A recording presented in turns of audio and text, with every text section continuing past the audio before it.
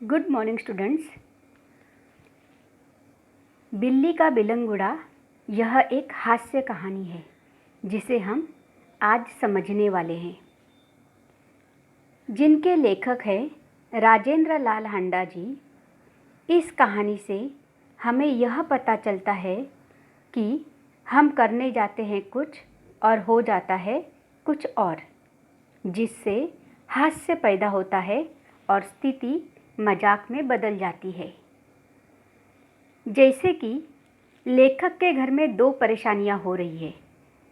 पहली परेशानी तो यह है कि लेखक के घर में काफ़ी सारे चूहे हो गए हैं। अब इसको कैसे हटाया जाए, इस समस्या से छुटकारा कैसे पाई जाए, इसके लिए लेखक ने बिल्ली पाली।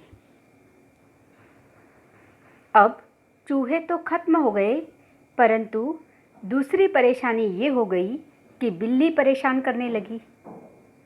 अब बिल्ली का क्या किया जाए?